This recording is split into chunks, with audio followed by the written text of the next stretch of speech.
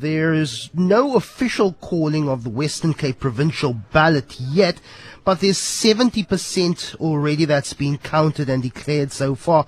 So it's pretty clear that there will be a continuation of Democratic Alliance government here in the Western Cape. With that 70% counted so far, the Democratic Alliance has 54% of the votes. So Premier Alan Winde will be sworn in for a second term in about two and a bit weeks' time. The second story here in the Western Cape, in order of poll performance, is the shrinking of the ANC as opposition here in the Western Cape. The Patriotic Alliance is also another story here. It overtakes the Economic Freedom Fighters in the Western Cape to be the third largest party in the Western Cape province so far. But there's been no seat allocation yet for the provincial legislature.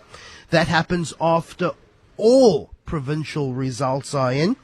42 seats in the Western Cape provincial Parliament. But with some simple, quick maths and a little thumb suck, it's quite clear that the Democratic Alliance will get the majority of that 42 seats, possibly around 22, 23 seats in the provincial legislature.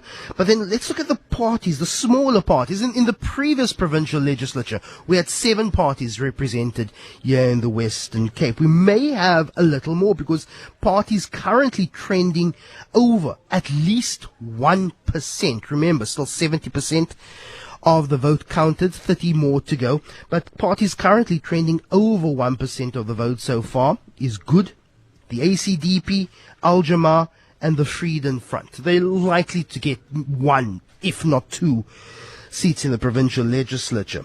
The Cape Coloured Congress also performing relatively well, 2.7% for the Triple C. And then the EFF, now the 5th largest, if we believe this current statistic of 70% of the votes counted, the EFF with 4.49% of the vote here in the Western Cape. So that's the provincial picture.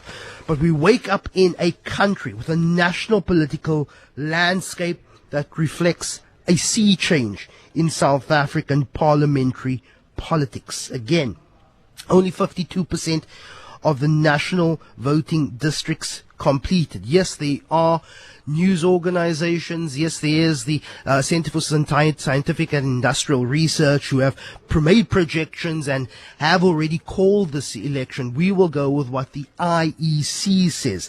But with 52% of voting districts completed, the ANC will be on track to lose a parliamentary majority for the first time in its history in a democratic South Africa. The result of the national ballot. Remember, 3 ballots, and there are 2 ballot papers that make up the composition of how we will allocate seats to the National Assembly. The national ballot, the compensatory ballot, has the ANC so far at 42%, the Democratic Alliance at 23%. The MK Party currently leading the EFF. What happens to Julius Malema now? He's seen a significant drop. Will members of the EFF now look at Julius Malema and ask, are you the man to really take us where we need to be?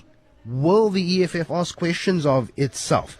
But the MK Party currently leading the EFF with about 10.7% of the vote. The EFF currently below 10%. But again, that's not the final result.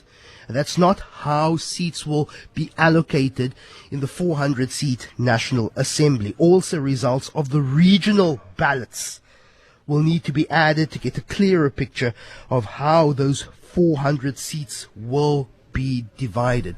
But clearly, by itself, the ANC does not have a 50 plus 1% majority to govern outright. So there are a couple of scenarios that could play itself out in South Africa. And throughout the course of your show, I'm going to invite you to give me your take, your thoughts on what you believe to be the best scenario for South Africa. I also will speak to analysts like Professor Ray Parsons and Stephen Friedman.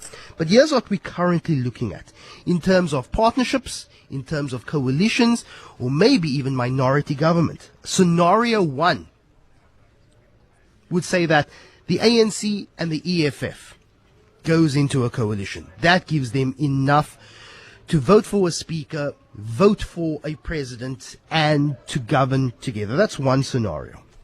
Another scenario is the ANC and the MK party. Duduzile Zuma tweeting yesterday that the ANC and the MK would never go into a coalition, but never say never in politics. Who knows? Third scenario, ANC and the Democratic Alliance. That they decide to co-govern.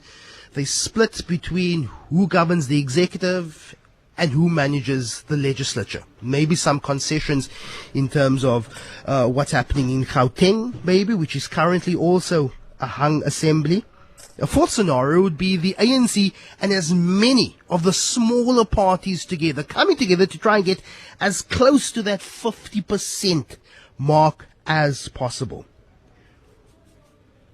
An improbable, but not impossible scenario is that there's a Democratic Alliance-led opposition bloc. So which means all opposition parties and the Democratic Alliance say, we're actually going to form a voting bloc, a coalition bloc, to officially take the ANC out of government. That would mean the DA working with the MK, the EFF, the Patriotic Alliance, good everyone who may be forming the membership of the National Assembly. That's the fifth scenario.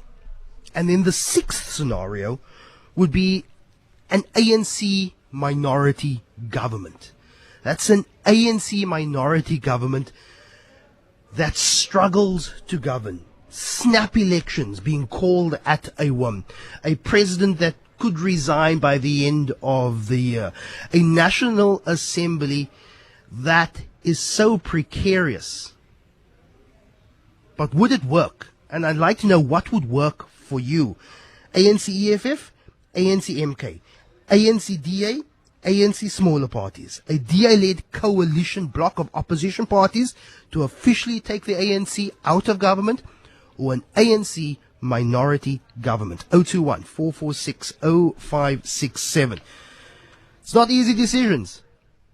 It's not easy choices. But what do you think would benefit South Africa, or should I say would do the least damage to South Africa, depending where you are?